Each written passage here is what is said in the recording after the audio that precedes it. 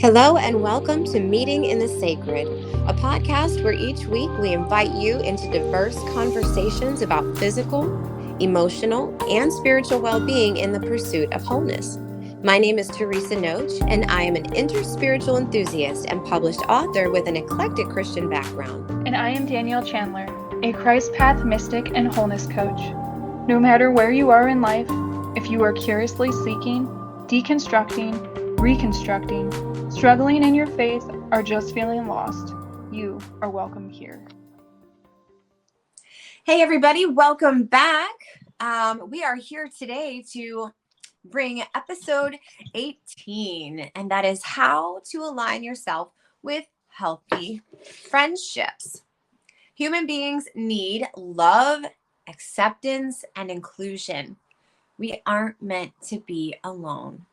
But in a world where we are more connected than ever, why do so many people suffer from loneliness? Well, today, Danielle and I are going to speak to this topic of friendship from our personal experiences. We understand that everyone has unique situations, but I've discovered, as some would say, the hard way, what not to do to have healthy relationships. But fortunately for all of us, our mistakes can also be our greatest teachers. So I'm going to start by sharing some mistakes that I've made and also what I've learned and how I've been able to apply this to my life when it comes to friendships. So let's jump right in, shall we? Mistake number 1: letting old records stay on repeat in my mind based on painful experiences that I had as a child. So let's unpack that a little bit first. One of the things that I think many of us feel is a desire to be liked. I mean, that's really synonymous with approval, and it is a human basic need to feel a sense of belonging and approval. And I think a lot of times when we face this need of ours as an adult and we start talking about it and we start unpacking, um, you know, the mistakes that we desire to learn from, and we start looking at these things that have driven us in our lives, a lot of times we don't want to admit that it was attention seeking or approval seeking. I know for a long time I really hated that. It felt like such an insult when somebody would say they're approval seeking. But now I realize that approval seeking is a very instinctual response to a deficit in one of our basic needs, which is to feel included and approved of. And so growing up, we all, when we're growing up, are going to seek the approval of those that we love, especially if we sense that there is a deficit. I don't think that we slip into approval seeking behaviors or um, being driven by the need to be liked without that undertone of deficit. I think if we are growing up in a functional home, as we described what is functional and dysfunctional in a few episodes ago, or we started to touch on that a little bit, as it pertains to relationships, but we can take some of that and carry it over into this discussion as functional and dysfunctional. If we are coming from a rather functional home with parents that approve of us and demonstrate what it demonstrate for us what being included looks like, they include us. I think that many of us growing up in dysfunctional communities or dysfunctional homes. And as we talked about in our previous episode, I think it was episode 15, Danielle, you and I both kind of agreed on the fact that, there is an outline for functionality within relational context, and also for dysfunction, but we don't really believe that anybody is truly without some level of dysfunction, and that most people today can have can definitely agree to have this in common, that in some way, shape, or form, we experienced relational dysfunction probably when we were growing up. Even if you have the ideal, which again, that's very subjective. If you have the ideal situation, let's say no poverty, let's say you're growing up with plenty of security and stability, in the sense that maybe things are kind of copacetic. Maybe you have two parents in the home and they seem to be pretty peaceful. And maybe, according to standards, you have all of those boxes checked. So you might be somebody going, well, everything was good for me in my childhood. So how does that explain my approval seeking? And so I would definitely say that we can be open-minded to how we were impacted in our early childhood in ways that we don't necessarily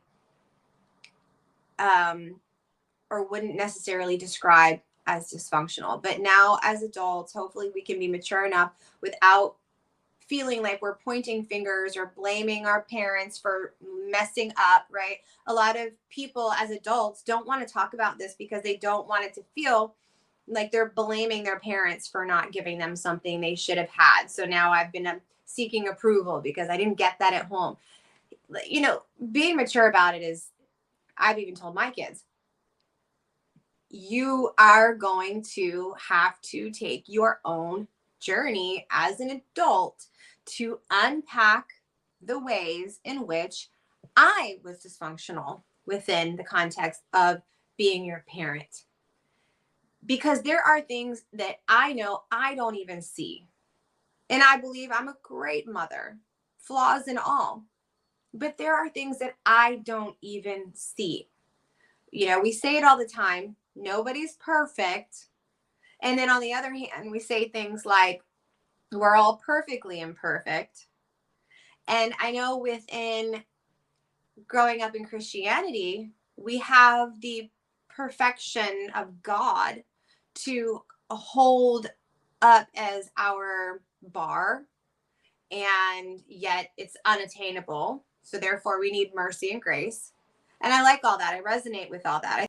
We have this kind of universal idea of what is the best for human beings, what is highest and best. Even like the Mosaic Law was a shadow or a copy of the Egyptian law, which I don't have offhand the name of it, but it was definitely found in Egyptian writings before it was ever given Moses's blessing. And so you have this standard that goes all the way back to ancient civilizations of what is good, what is healthy, what is functional. That's where we get the law from.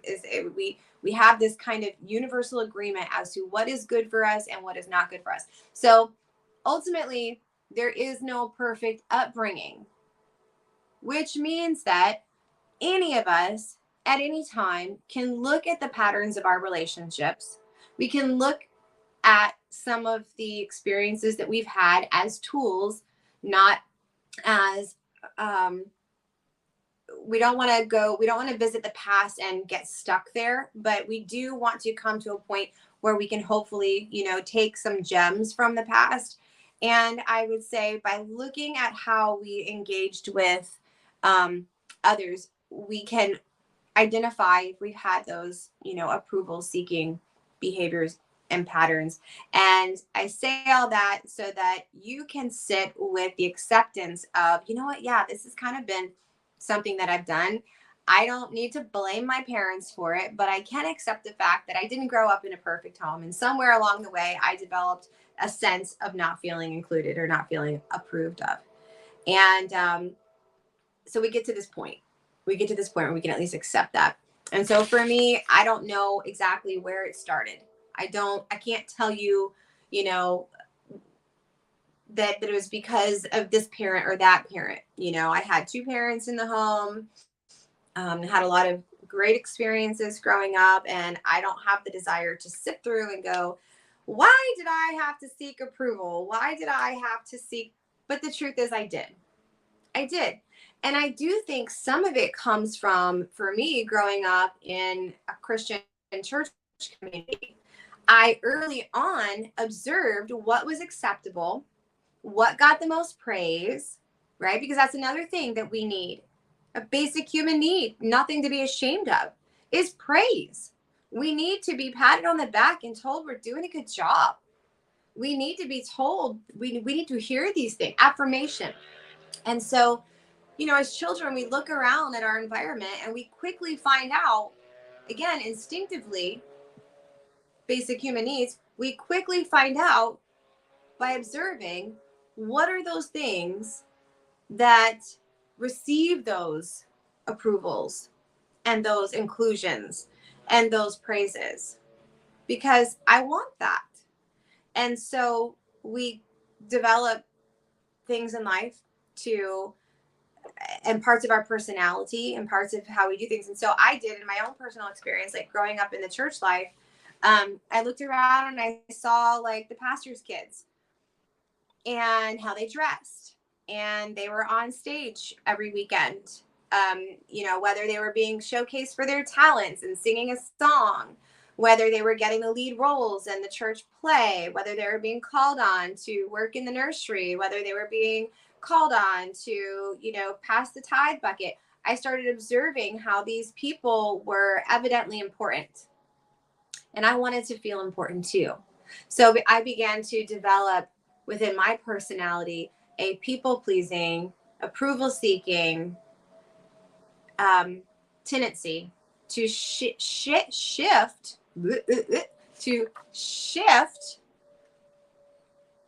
my persona. There it is. Look, we discovered, by the way, that if you thumbs up, you get. I think it's just on the Apple, because I don't think it's gonna work on mine. Work for you? No. It's an Apple thing. If I shift my persona to be more like that persona that is apparently very desirable to the community that I'm involved in, then maybe I will experience those things too. And so getting back to some of the mistakes I made, that would be letting old records stay on repeat in my mind based on painful experiences that I had as a child. To be liked, I had to look a certain way. So I was looking for validation from the people that I thought were important or cool. And when I say old records staying on repeat in my head, I would say, as an adult, I experienced very similar things when I got reconnected with church in my 20s.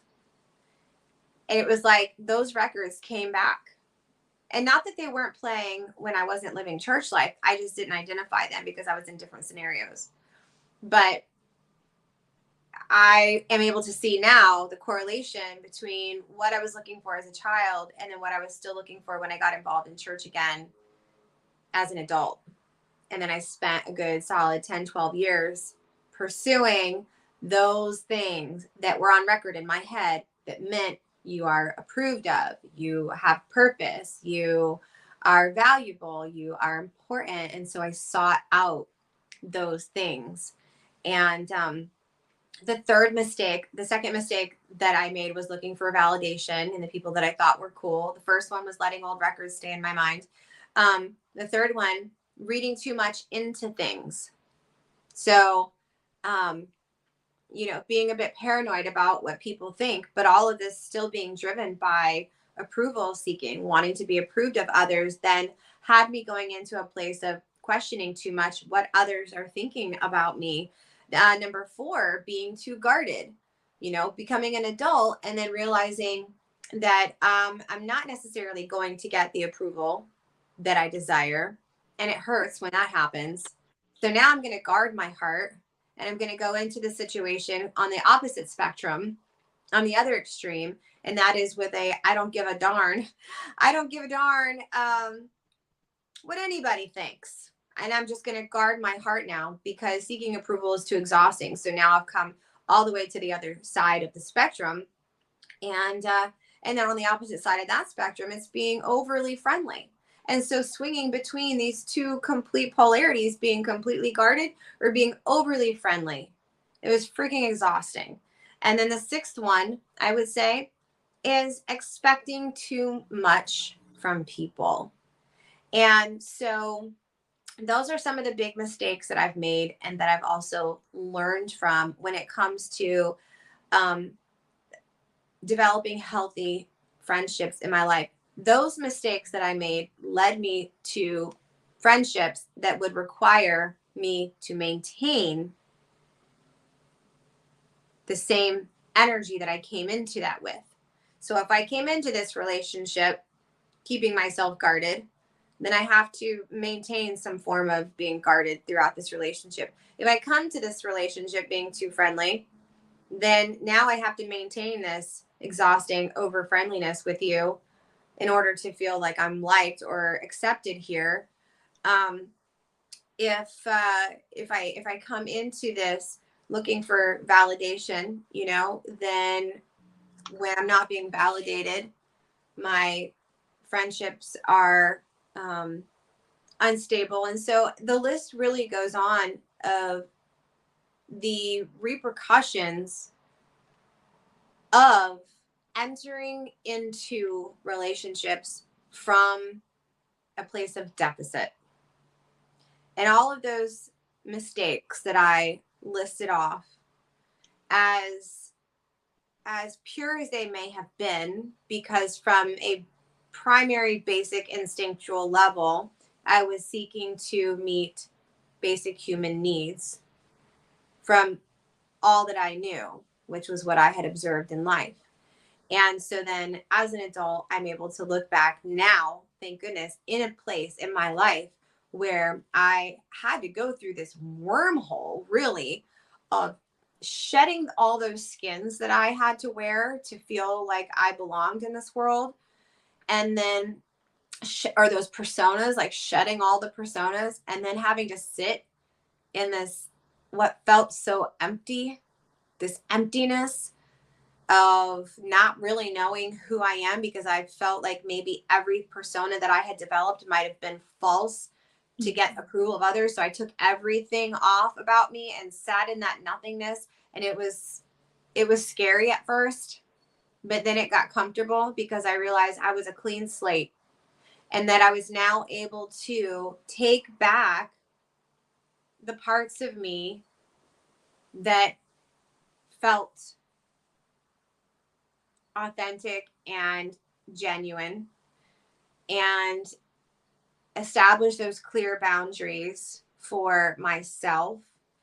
And it sometimes was a little messy because I didn't immediately go into interacting with the world from a fully mastered place here, but I did go into the next season understanding a lot more and having a lot more of those pause moments that we talked about in the last episode, where I was aware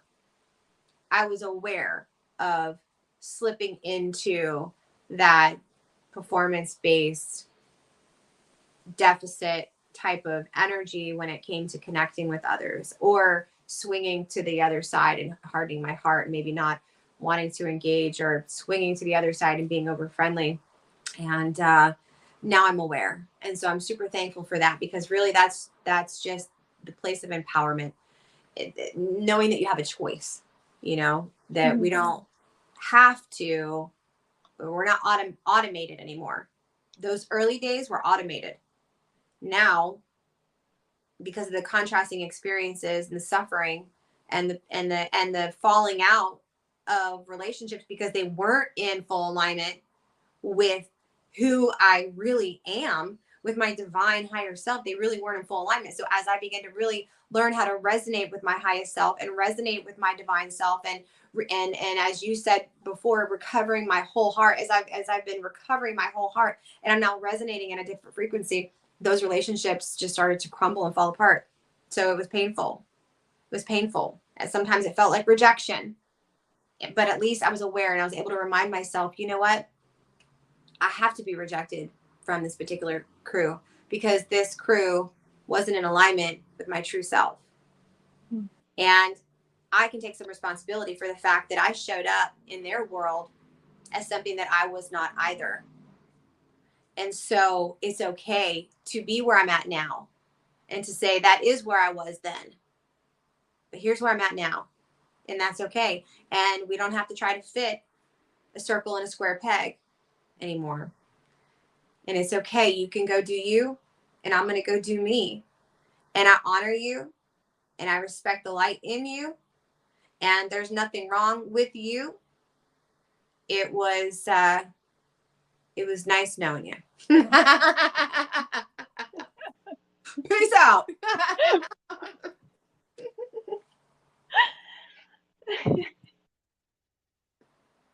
Hit the road, Jack. Don't come back no more, no more, no more, no more. Hit the road, Jack. Don't you come back no more. I've had some of those experiences myself. Just listening to some of the things that you shared, I think as children, we are really wired to focus more on our external world because as babies, that's what we depend on. So we're growing from that space and evolving emotionally, spiritually, physically from that space. And our external environment is communicating all of these things. But something that I find really interesting, I actually found this article a few years ago, and I think it was written like over 20 years ago. But it was saying that most American families are dysfunctional. So that's like over 90%, this article was saying. And it was written by a psychiatrist. And as I further learned about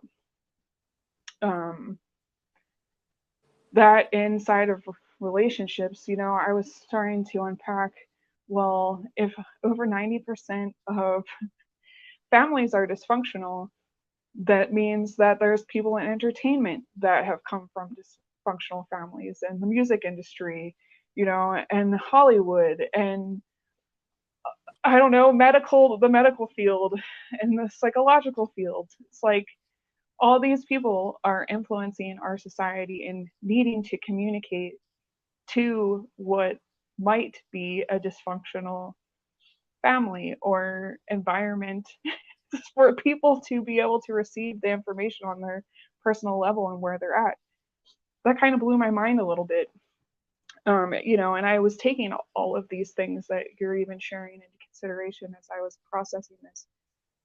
And then thinking about attachment styles. When I learned about attachment styles, like a parent could be doing everything correct, quote unquote, by the books, but the child, it's still up to them to perceive or receive the information that they're getting and to break it down. And they are the ones that ultimately dictate if their needs are getting met or not.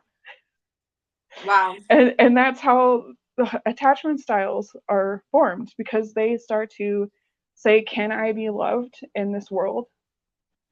Can I give love in this world? Can I receive love in this world?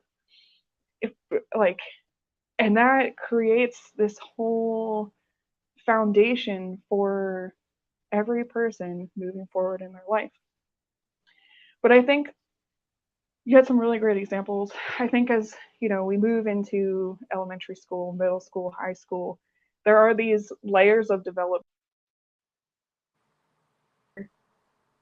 I did share how I was really challenged with feeling rejected and dealing with acceptance issues growing up. I think we kind of unpacked a bunch of stuff in the Knowing Thyself episode. Yeah. And, we, again, are taking this kind of education or this conditioning that we received in our childhood as babies, as infants, and we are taking all of that type of information and moving into the future with it, into these relationships. You know, when you become a teenager, you start to want to feel like you have your own identity that's like apart from your parents, different from yourself, that you can become an individual and step into these things that you like and appreciate, and you want to have peer-to-peer connection, and you're trying to understand what does peer-to-peer connection really look like. And in like middle school, your hormones are growing and being released, and there are all these things going on and stressors that are going on that you never had to deal with before. And there's feelings of attraction that maybe you didn't necessarily have when you were younger, maybe to a person, or having different desires of what you would like to participate in. But I don't think many people have conversations with an adult or a caretaker that helps them to really understand their internal landscape, and to really help them to start to look inward, to cultivate a relationship with themselves that is empowering them to know, hey, in maybe challenging situations in my life that I feel really uncomfortable, where maybe I am feeling peer pressure, or like, hey, I don't want to do drugs and I don't want to have sex.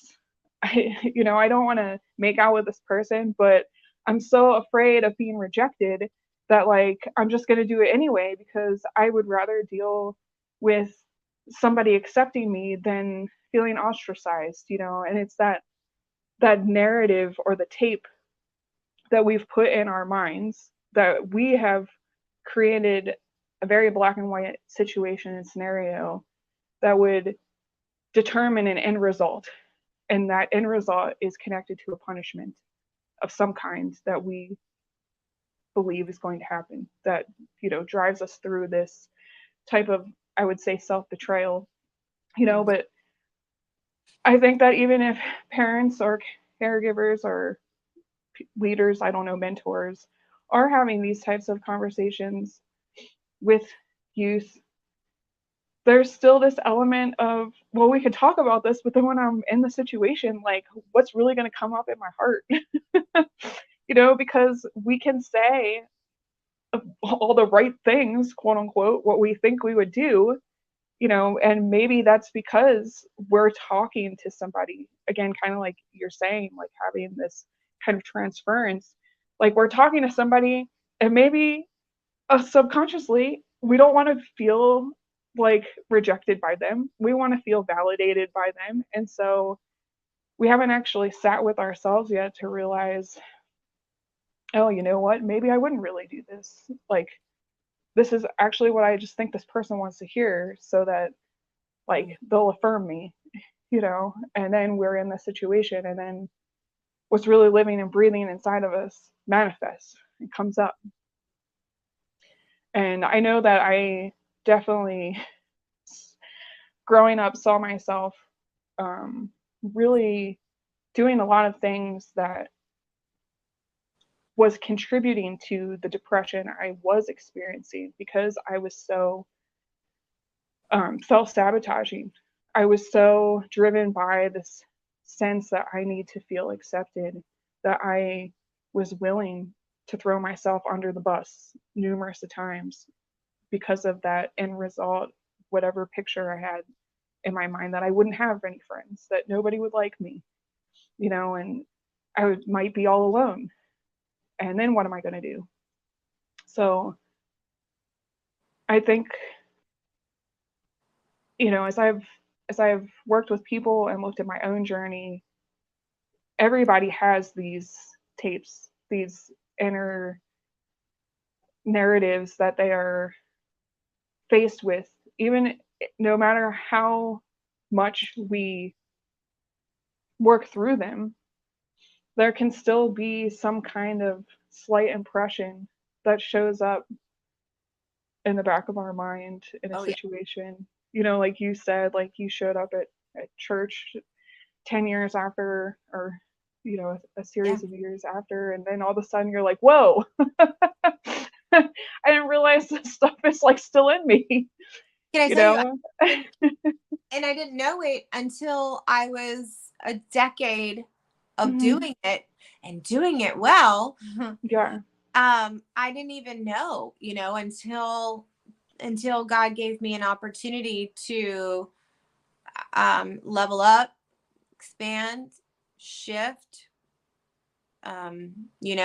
whatever word we want to use for that. I didn't even realize that I was living in that place. And, I just wanted to say yesterday, because you were like, well, even after we've done the work, like we can still have little moments of it coming through. Mhm. Just yesterday, I had a client. I took my partner at work. I'm a massage therapist, and she had a full day of clients yesterday, and she wasn't feeling well, so I ended up taking her schedule.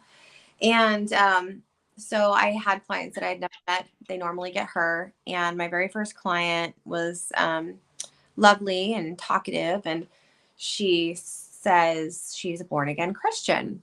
And I was like, okay. And I don't even identify as a born again Christian, but I had for so long that I said to her, well, so am I. And then as I said that, I even kind of felt weird about it, and I'm working on her. So she's face down and I'm having this moment in my head above her. And she's like, oh, yeah, really? And then here comes that question. What church do you go to? I asked the question, actually, not even thinking I was setting myself up for the reciprocation. I didn't even like when the question was reciprocated, I was thinking to myself, dang it, you just keep getting yourself in deeper here. And so I was like, well, what church do you go to? And then it turns out she actually goes to the last church that I went to, Mhm. which was for me the catalyst, because I noticed things about this church that were in my opinion, very cultish. And my flags went up. Things that I hadn't experienced in the decade of church that I had been in before. I didn't have those kind of alerts and flags. It didn't, the harm didn't seem to be a thing anyways, it was a different environment. And at this environment, these flags started to show up. I started to see these cult like behaviors, and I put my brakes on. And when I did that, I really had a chance to dive deeper into a lot of other things regarding church. And it just kind of bled into the experience I was having with my unraveling. Anyhow, here she is she attends that church. It gets even better. She's a home group leader. And the people that I used to be a part of their home group, I then engaging in conversation. And now in this spiral of, I wanted her to like me, right? I just wanted her to like me. I didn't want to throw her off. I mean, I'm working on her. She's in a very vulnerable situation here.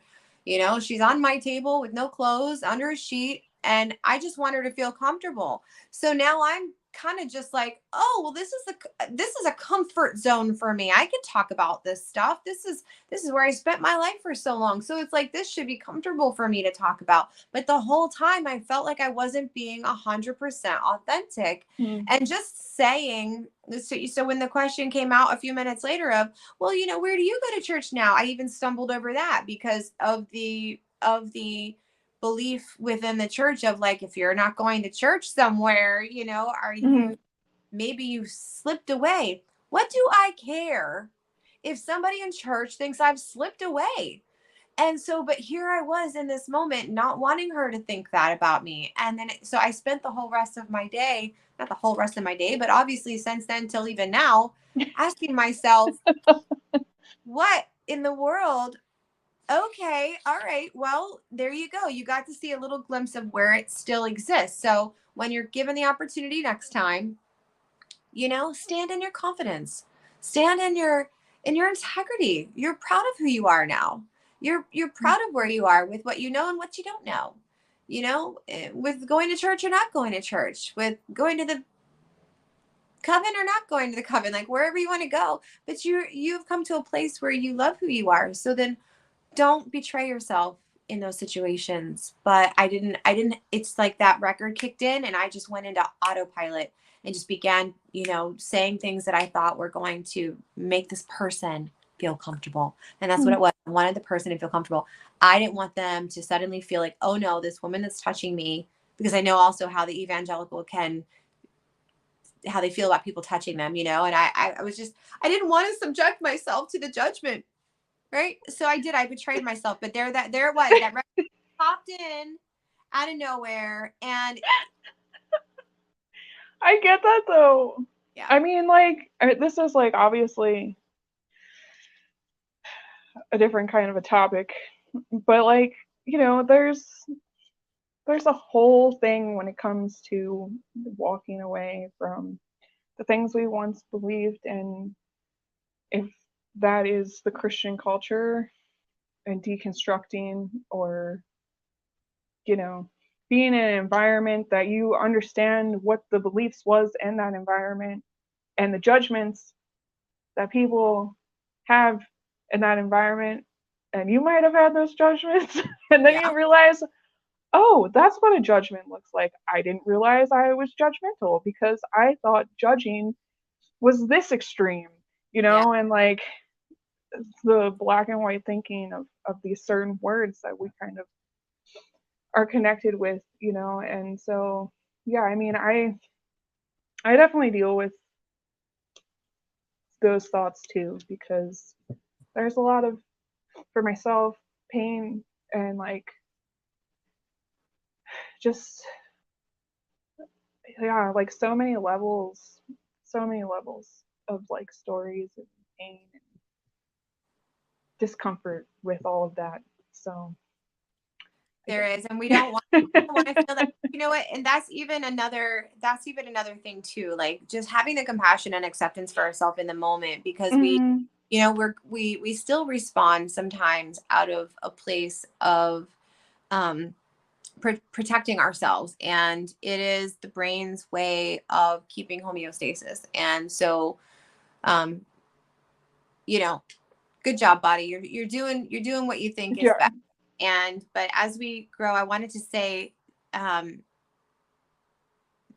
since I listed the mistakes, I wanted to say that what I learned, and since we were kind of already talking about that, number one is that I had to do the inner child work. I had to do the inner child work. And as you have used the phrase, sitting with yourself, same thing for me.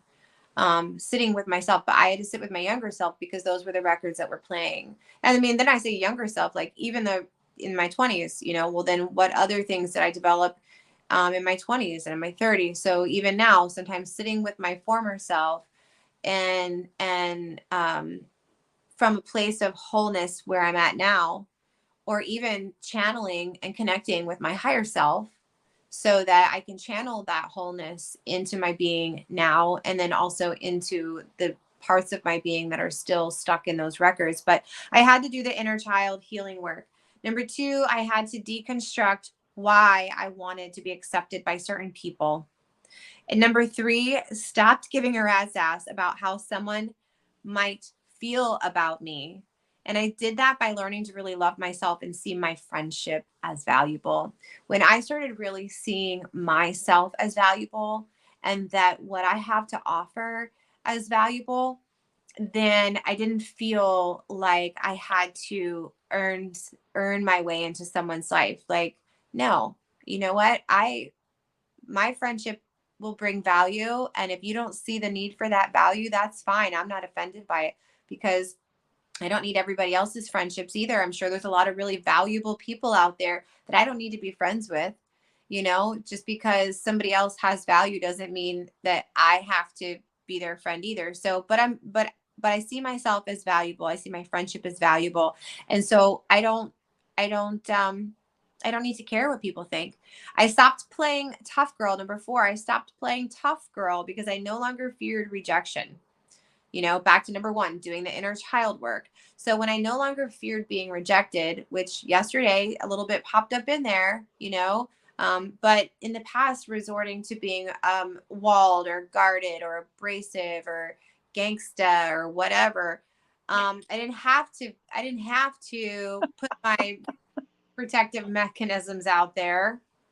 I didn't have to make people afraid of me in order to protect myself from being rejected, because, I love myself and I value myself now. And number 5, I stopped thinking that I had to make everyone feel comfortable around me. And that's been a big one for me, because I am a big personality and I am a fiery personality. And some people are not comfortable in my presence. And I used to feel that I would have to make people comfortable around me.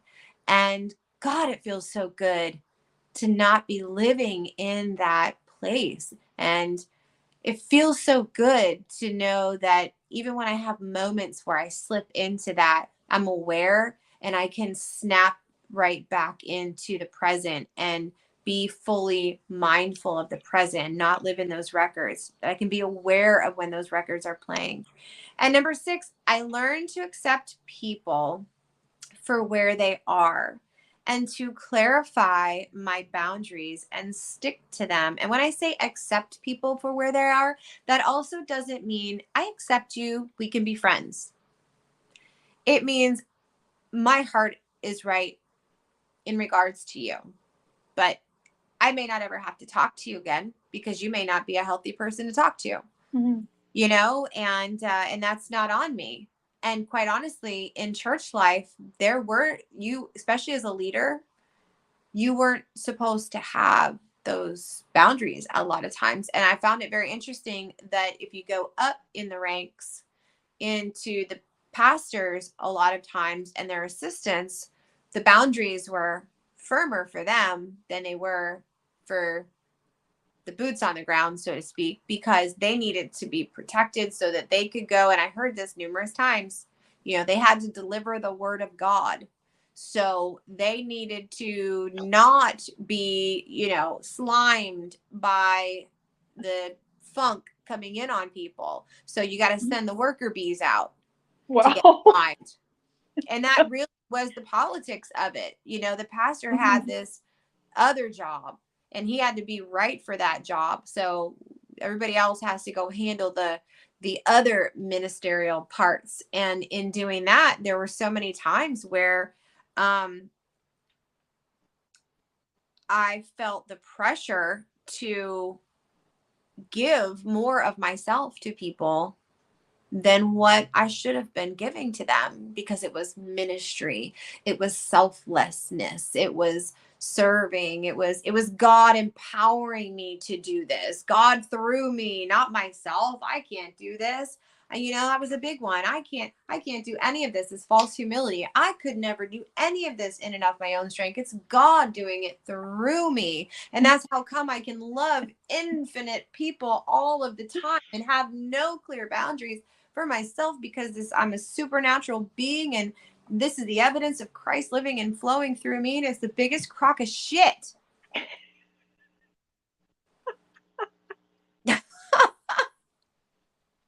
I am not sorry. I am not sorry for saying that, because we are human, and Jesus did not teach us that we were not human. But Jesus also taught us how to be extraordinary humans, and how to connect with God and our higher self, and how to live out of a place of compassion. But Jesus also had solid boundaries. Jesus also walked away from people. Jesus also told people, this is the last time I better find your behind sitting down here begging when I already told you to get up. I told you to walk. Don't let me find out. I was waiting for the ghetto to come.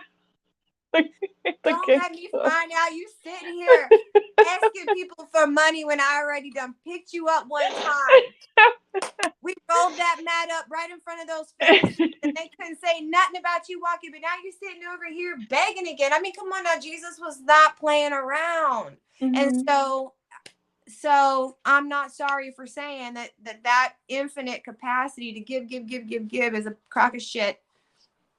It is though. I like it's so funny to hear your church experiences because like they're so different than mine. Oh, Because good. the church that I went to would have actually said, I mean, without using the word shit, but they would have said that it's toxic and wrong, and this is really effed up, you Oh, good. know? And Oh, good. so, yeah, like, I mean, the idea, sorry, the idea that people often say, like, oh, this isn't me, it's God. There was a teaching once at my church, and they were like, I think God can do a lot better than that. Sorry. Like, it's like, True. why can't you tap into the beauty that has been invested into you and see that as a gift, and like you can hone in on that? Bingo. What you is wrong know? with saying this is something that's good about you, Yeah, right? that you were made, well, at the time, this is what I was hearing, that Yeah. you were made in the image and likeness of God, and that there has been an investment that has been placed inside of you for you to actually be able to say, this is me. This is the gift that God has given to me. And I am amazing. And I have a choice to do this or not do this. And Yeah, and I don't have to be friends with people, that's right. but I I'm can. choosing this. I'm choosing to do this. My mentor out of the same church. I mean, there were a lot of great mentors in that church, and there were two different pastors that I sat with. And so one would be very similar to stuff that, would never tell me to um, run myself exhausted, would never try to Mhm. exhaust me.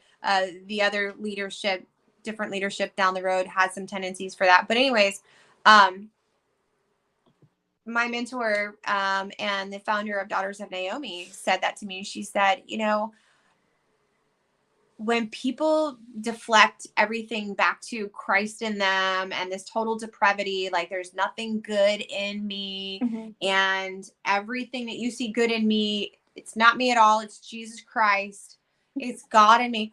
She was like, she's like, what parent, think about this. Like, Mhm. what parent is like, I want my child, like, I'm happy that my child is going around. I mean, it's been funny whenever my kids gotten a good grade on something, and I'm like, yeah, I did that. I did that. And then Mhm. I'm telling you, I hear like the spirit is like, no, you didn't. Because like, I could also, if my kid, like, okay, if my kid has an F right now, and I'm going to tell you one of them does, I'm not going to tell you which one, but yeah, am I going to take responsibility for that one too? Am I going to say that, well, my kid's got an F and there's me right there. That's a little bit of me in there, right? No, only or or like, no, that one's not me. But like exactly. either way, it's like a kind of a level of gaslighting or abuse in there, but like when people don't understand what abuse sounds like, because again, they've gone into this black and white association of extremes, like they don't understand how to hear what, what like undermining a person sounds like, or they don't understand, like, oh, you're actually tearing this person down and like calling it love. And I don't know, like, why people gravitate to that. I mean, I did, like, because I guess I didn't want to go to hell or something, but Well, I was going to my say, you know there's a lot but of reasons why people overlook. I mean, again, back to like getting basic needs met. There's a lot of reasons why in any relationship people overlook harmful behaviors and toxic traits totally. because there's enough of the thing that I need there that I'm going to override. My brain is deciding that we need that thing enough to override Hmm. other things. That goes back to like the stories of self-sabotage. I mean, at one point I ended up in like literally a gangster's car when I was like 18 years old, and like my friends are all doing coke, with this guy who's like 70 years old, and he's like in the mob in Philly. Like Sounds like you like, it's like I mean, that this is a level, I think it can be reflected in any situation. Like, at what point in your life, do you really want those things to stop? When do you really want to align to what you truly believe in, the vision that you want for your life, and like lead from that place, you know? And I think like church life, or these things, I mean, I guess fortunately I was in an empowering space that helped to really give me a lot of tools that I still use to this day, and I talk about a lot of them on here. um, and but if it wasn't for me hearing all of this self-love and self-care, and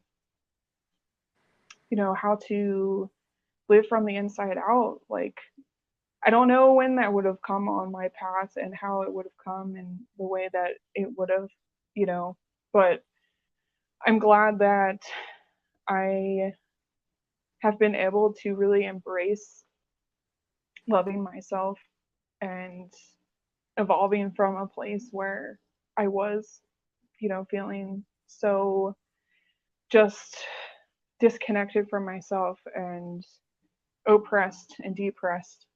And like I said, to the point where I would have gone into a gangster's car. It was in the mob. You know, you know? It's like, it's I will not be doing that anymore unless I feel like it's some divine thing that I need to be doing. Like, and have some conversation that's like, God led or something. yeah. Excuse me, sir, but I feel like the Lord told me. But yeah, and as you were talking about your experience and the tools that you got from your church experience, I was kind of like reflecting on, what really captivated me in those first years of going to church, and seeking church as my lifeboat. What really captivated me was what I experienced to be the move of the Holy Spirit. So when I walked in those doors, there was an atmosphere that I couldn't find anywhere else. And when I walked in, it wasn't even because there were so many loving people, because quite honestly, from the beginning, people were nasty. Mm. Like from the beginning, but the atmosphere there was so compelling. And the pastor, had my heart too, because he was just, I saw him as the one responsible for cultivating that atmosphere. And he cultivated that atmosphere. It was his vision. The vision that he had for that community, he brought to life. He didn't do it alone. He had people that saw the vision and came alongside and empowered the vision for that community and that space that he cultivated. So he had a special place in my heart from the beginning. And a few very small few others, but for the most part, my experience was, with the humans there, I had a lot of opportunities to expand, as I experienced friction with a lot of them, but we had the best resonance in that church that drew people from all over. And it was a small little church, but our lead vocalist and the heart behind the music at that time, it was vineyard music. And so it was very earthy, very hippie in my opinion, and all of the unique instruments that were incorporated I had not seen growing up. We were using a lot of our pastor actually played the aluminum garbage cans. Whoa. Yeah, and we had a didgeridoo up there as Nice. well. So the resonance bongos were Yeah. incorporated. Bongos were incorporated as well as drums. So a lot of acoustic, a lot of percussion, a lot of acoustic, and then the lead singer, just magical voice. And so the music, and also being a very musically inclined person, walking in the doors, the music would always be playing. The coffee would be on. So you got the smell. It smells like a home I want to be at. And there was art on the walls, and there were Harleys outside. And it was like, it's just the ambiance to me when I walked in was captivating, and I felt that what I was feeling, this must be the Holy Spirit. And that atmosphere was cultivated the whole time I was there up until towards the end when new leadership came in and it was completely changed. But that atmosphere was cultivated, and so it kept me there through all of the hard things I experienced with the sheep. Mm-hmm. And I'm grateful for that because I found such peace in the actual building. I wanted to be there a lot. And because I was there a lot, I was actually around more. I was around the pastor more. I was around the message more, and the message at that time of, God's love, God's grace, God's mercy, God's power, Christ in me. I was experiencing all that. And I know that that's why I'm here right now in my somewhat right mind and living an abundant, healthy, joyful life, is because of how I encountered the God of my understanding at that crossroads in my life. And I learned to bring it all back into aligning with healthy friendships. I learned through that season so much about myself. I took it with me going forward, so that when I came into the next season of breaking things down to build back up, I was able to look at that decade of my life and learn even that much more. And,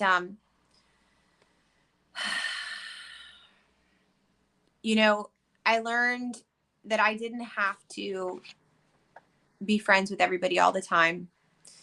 And that I needed to be my own friend. I needed to be my own friend while keeping my heart open to what the divine wants to bring my way.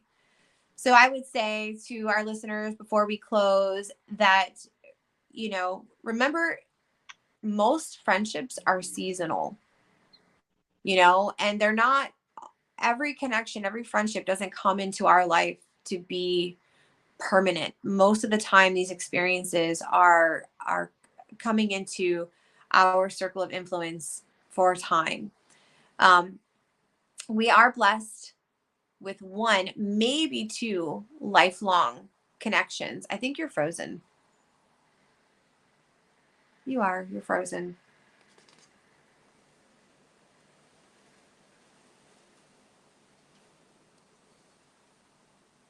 Uh-oh. Where are you?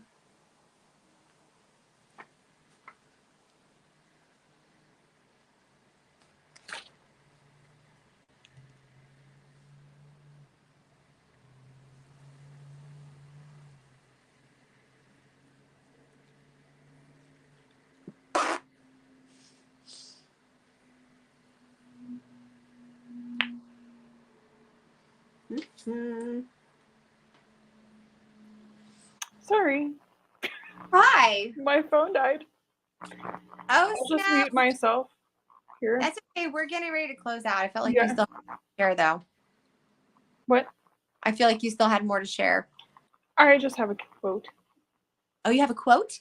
Okay. So as we begin to wrap up with our final thoughts, Danielle, I'll let you close here in just a minute. First, I'd like to say that, most of us, if we're lucky, have one, maybe two lifelong friends. So keep in mind, friendships are seasonal, and allowing that ebb and flow of relationships in your life is super healthy to be able to appreciate what you have in this season, but also hold it loosely and allow it to leave when the time for that connection has expired. And a lot of times we know when it's expired, we know, and we usually are holding on to it for, some reasons possibly unknown, but allowing ourselves to be okay with the ebb and flow of relationships, not taking it personal when relationships work in one season and don't work in another season, not taking an offense, towards the individual for maybe not even being able to show up as the person that they were. Like for me, I showed up as one way, and the people that I was friends with thought that was who I was. So then when I came into more of an alignment with who I am, and I'm living a much more satisfied, authentic existence, other people may feel offended. They may feel like I've changed when really, in fact, I changed for you. You know, it changed for you. And I have just rediscovered my love for myself. And to them, it feels like, I've changed. For me, it's becoming more in alignment, but that's okay. I don't have to explain myself. Neither do you. You don't have to explain yourself. But learning to just be genuinely your greatest friend, which we talked about 2 episodes ago, I think, being your greatest friend, as we've mentioned throughout this episode, taking the time to do the inner child healing work, taking the time to understand what is authentic to the way you show up in your circles, and just taking one day at a time, being mindful, being grateful for everything that you have, everything that you don't have. I love with Esther Hicks, holding the resonance is what she would say. Hold the resonance, hold the frequency, hold the, okay, in layman's terms, emotion of satisfaction, and you will get more of that. If you hold the emotion of dissatisfaction, disgruntled with your relationships, then you're going to get more of that. So think about something that is working within the context of your connections in the world.